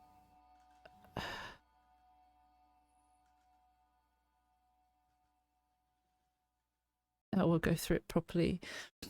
It's just because I guess there's certain things I can relate to, but also there's so many real good lines there that are so important for people going through this kind of thing. With the door closed, shades drawn, the world shrinks. When you close yourself off from people, you lose people. The world becomes smaller because you've pushed people out of it. Let's open up those blinds. It's saying open up again, but someone has to sweep the floor, pick up her dirty clothes. That job's not mine. That was, cleaning up the mess that she's made. That's on her. For him, his job is to fix what he did and to make his relationships with people better. So that job's not mine. Now that everyone has an enemy, now that everyone's an enemy, that was in her eyes, my heart sinks. Let's put away those claws. I don't blame them for their curtain calls, because I pulled the rope. I want to call them back out for applause. So the people that didn't approve of their relationship, obviously was a difficult situation because he pushed them away. I'm in that kind of situation with a friend at the moment where they don't want to hear the bad things about the situation they're in. So they push me away because they don't want to hear the truth. And they know that it's true as well. They've said, I know, but can't seem to get themselves out of it. And that's something I need to learn, to help them rather than be pushed away. Sometimes it takes time, sometimes it takes the situation to become one that they realise. You can't force someone to come out of it, but you can give them help to do so, and I think whatever I've done has not helped that. So I think that's also something I wasn't even thinking about until right now. It's like an addict. When someone's addicted to something, you can't make them stop. They have to figure it out on their own. And that's the hardest thing, because you don't want them to get hurt in the process. Anyway, it says here, anyone who attacked Peter's relationship became an enemy to him. Yeah, I guess those who didn't approve. Someone who he would attack. He now realises this and misses them. Wants them to come back, even though it's his fault he pushed them away. This happens so often. And it's very sad, but I don't know I don't know any way around it. I wish I did. It says Spring and Thompson on the 1st of May is horrible. I don't know what Spring and Thompson. It says here the corner of Spring Street and Thompson Street is located in Lower Manhattan in New York, so perhaps that's what it is. On the 1st of May, I wonder if that's let's have a look. Peter mentioned that he was in a relationship during this time, likely the abusive one outlined in the album. In a 2009 interview with Pitchfork, he said, I moved to Brooklyn 2 years ago. I was with someone in Manhattan for about a year and a half before that, but we broke up and I didn't want to stay there. It says memories of a place that's bad, I guess. Not sure. The date holds some sort of meaning. Oh, it does actually say, Peter said, I used to live around there. That was around the time I moved out, 1st of May. We hid in catacombs, so now I'm sleeping next to mousetraps in a bed of all our clothes, the bed that we made, while I hope that she won't come home. I wonder if her death is more of a death of the relationship, and this whole thing is more the death of the relationship, and the relationship was the cancer. Maybe she never had cancer at all. Maybe she did, but it feels more metaphorical, obviously. I don't know why I'm only just saying that, because I thought that earlier. I didn't say it out loud, so now it must sound really weird. I hope that she won't come home. It says here the protagonist isn't allowing himself to relax. Sleeping next to mousetraps would have someone on edge, even in sleeping, which is associated with rest and respite. That's true, actually. The clothes could be seen as a symbol of her presence, memories that he is left with, and how he is unable to get rid of it. This idea is continued in the final line, where it can be insinuated that he hasn't accepted what has happened in regards to the abusive nature of their relationship, or he hasn't been able to move on from her and the pain she caused him. It says, it was easier to lock the door and kill the phones than to show my skin. Closing the doors, putting up walls, not allowing people in, blocking them off, than it to show my skin. So to be out, to be in person, to show himself. He was hiding away. It was easier to hide away. But you realise over time that that just kills the relationships with people that you have. Because the hardest thing is never to repent for someone else. It's letting people in. The hardest thing is never to repent for someone else. It's letting people in. Making excuses for someone else. Apologising on their behalf, or trying to make it right. Speaking for them. Because you know that if they dealt with it, they probably wouldn't do as good a job. For good reason. Because they're not a good person. But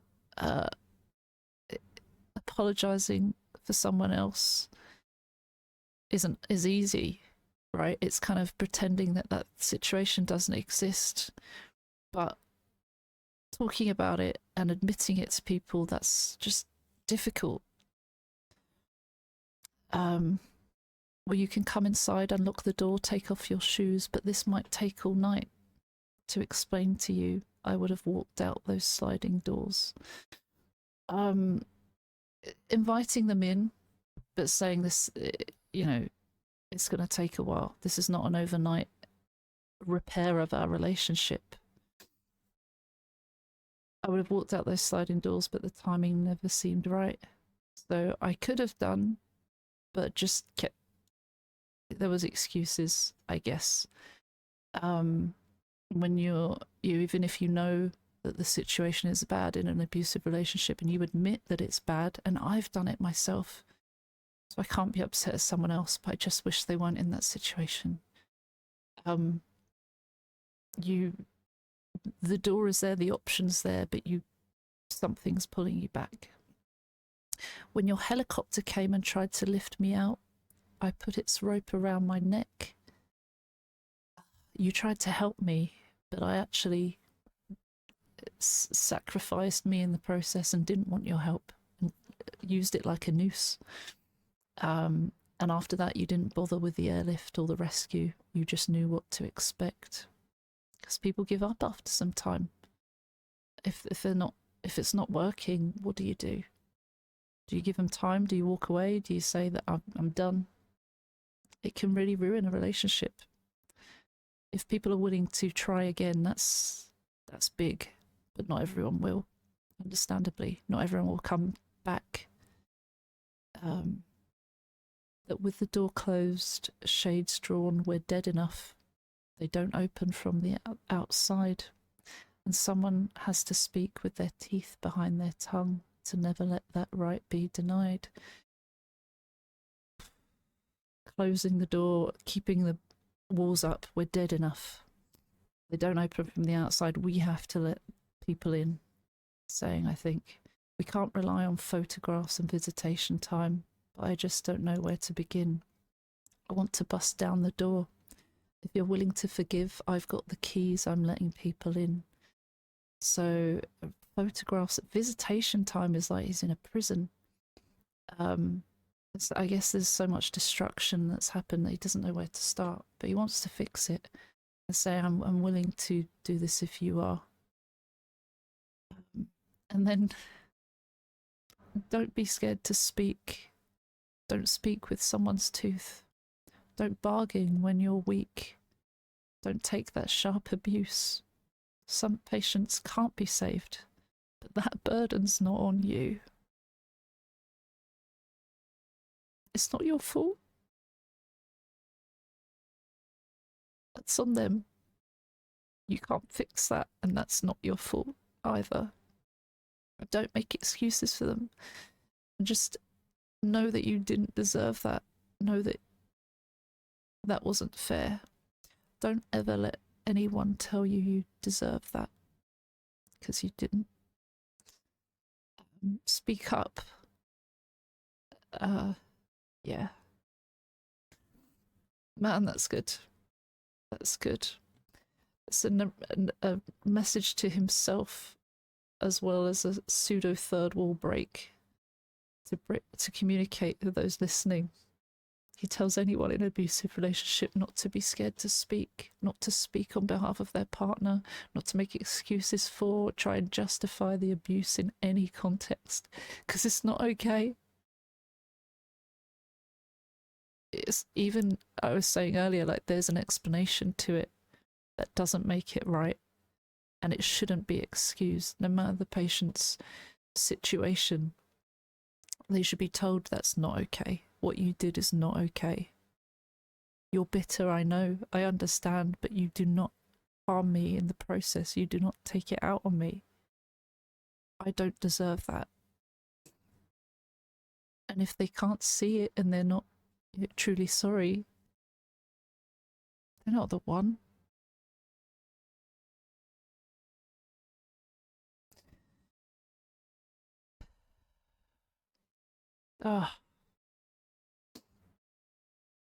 Most importantly, not to blame themselves for what they couldn't change. The entire album has been building to this conclusion. After everything he's been through, the abuse he's suffered, the temptations of going down the same path, he realised that moving on from the abuse is the only way to go on living. Don't ever let anyone tell you you don't deserve that, even if they're dying right in front of you. Oh. Okay, last one. Oh, I clicked something else. Oh, okay.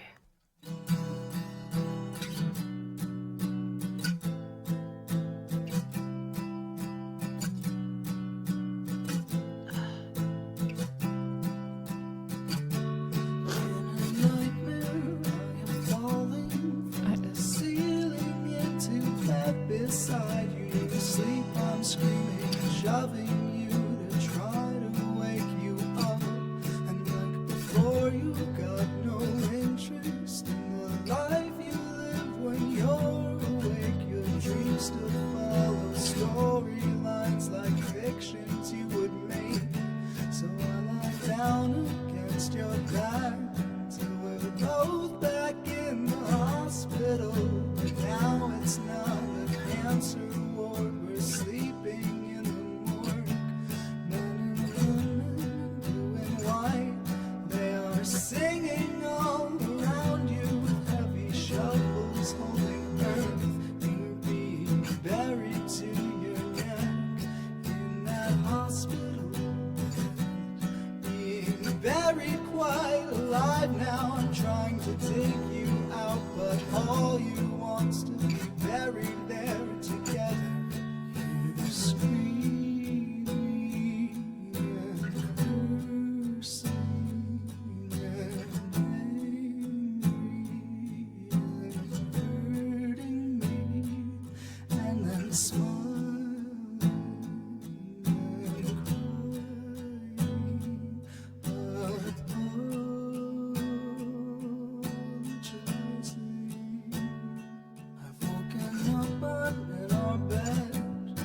There's no breathing body there beside me. Someone must have taken you while I was stuck asleep.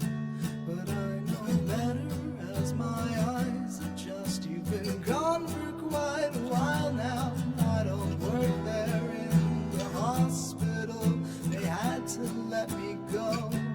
When I try to move my arms, sometimes they're way too much to live. Think you buried me away, my one and only parting gift. But you return to me at night, just when I think I may have fallen asleep. Your face is up against mine, and I'm too terrified to speak. You scream.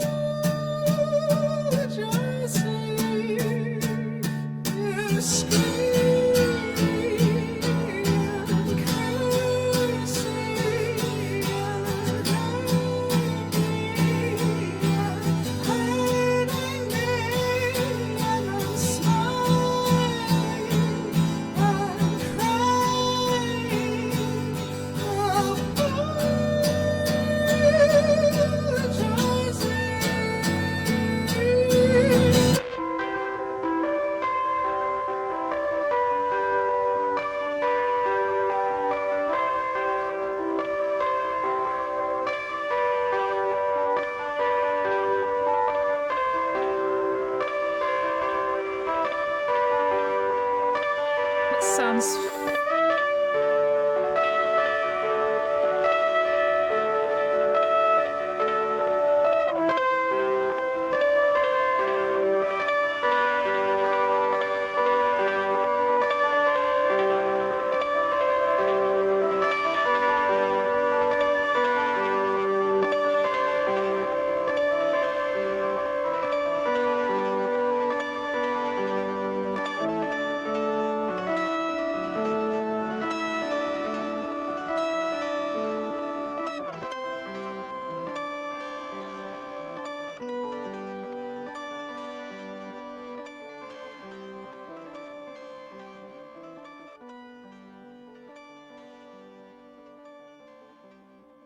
almost feels like a lullaby again.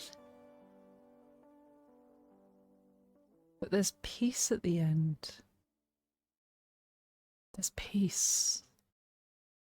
There's like such a cycle of abuse. You're screaming and cursing and angry. There's this outrage and hurting me. Then smiling. That's messed up. And crying. Apologizing. Sometimes they show that perhaps they seem like they're remorseful of what they've done, apologizing, but then they do it again. And so how is their apology real? It becomes invalid after countless times of doing it over and over again.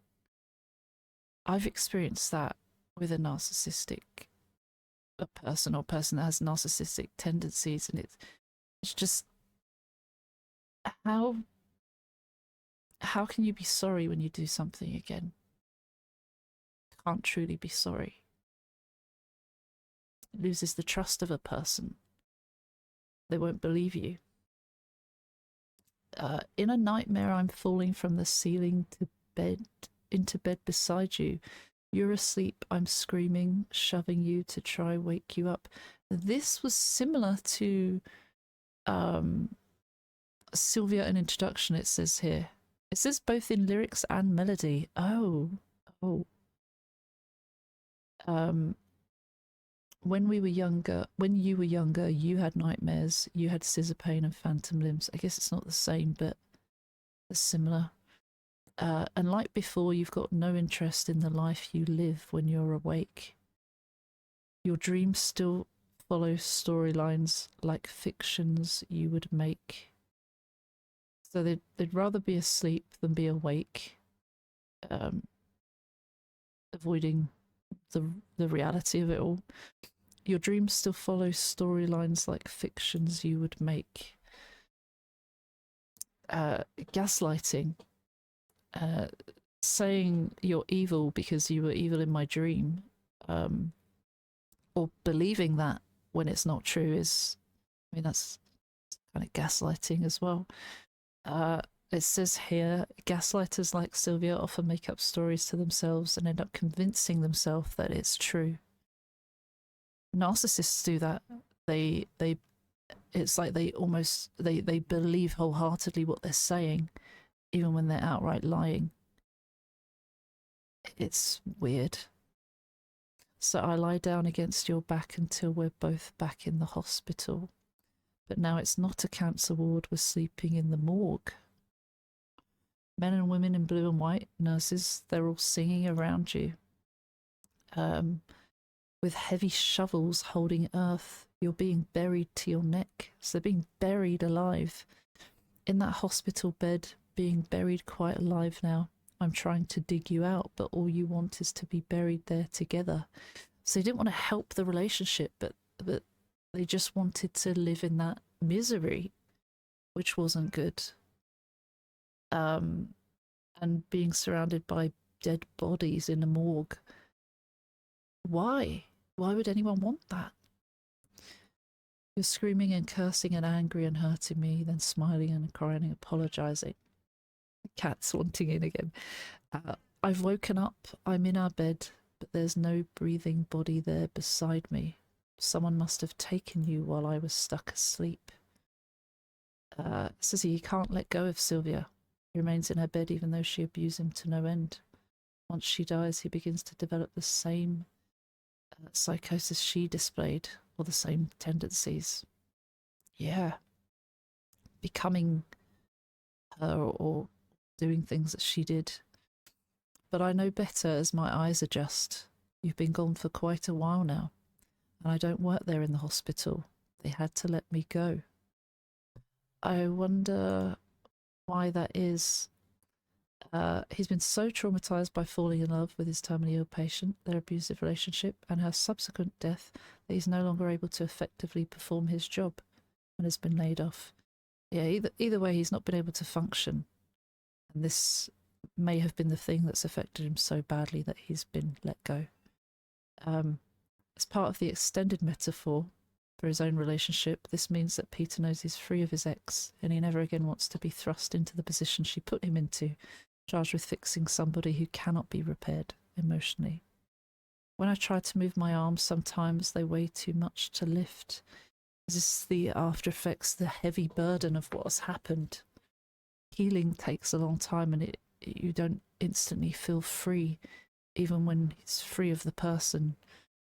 And PTSD or the trauma of it weighs heavy on you. I think you buried me awake, my one and only parting gift, but you returned to me at night just when I think I may have fallen asleep. That's also a similar line to the other song. Your face is up against mine and I'm too terrified to speak. That was mentioned earlier.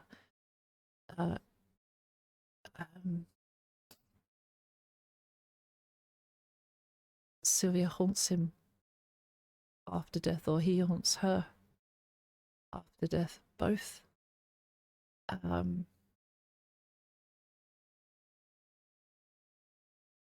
My one and only parting gift. There's a parallel structure between two stanzas. The first deals with their dreams and storylines and her eventual burial. In the second, he's returned into reality and he's the one being buried. Now that she has died, he's taken her place. And then you're screaming, cursing, angry, hurting me, smiling, crying, apologising, screaming, cursing, angry, hurting me. Cycle repeats. Wow. That was so powerful. Thank you so much to Eon Blue for commissioning this. Just a moving story and metaphorically heavy, but such a good message for people. So powerful and really impactful. I can see why that would have made an impact. And that's been, when did that get released? 2009. It was their third studio album, initially self-distributed, eventually remastered, re-released once they signed to Frenchkiss Records. On YouTube, the link I've got is from 11 years ago. So I wonder if that was a remaster or not. I don't know, but either way, that's a really strong story for that record. Let me know what you thought of that. Thank you so very much for watching, for listening, for hearing me ramble. That is not what I wanted to do. I wanted to get this off and say thank you to anyone on Patreon as well. Links will be below. There's no pressure, but thank you to anyone that supports, and thank you to anyone who's intrigued. You can join for free, or you can join at a cost, and you can get your name up here for £1 on the supporters tier, or you can get requests each month under premium and VIP supporter tiers. On that note, take care. See you soon. Bye bye.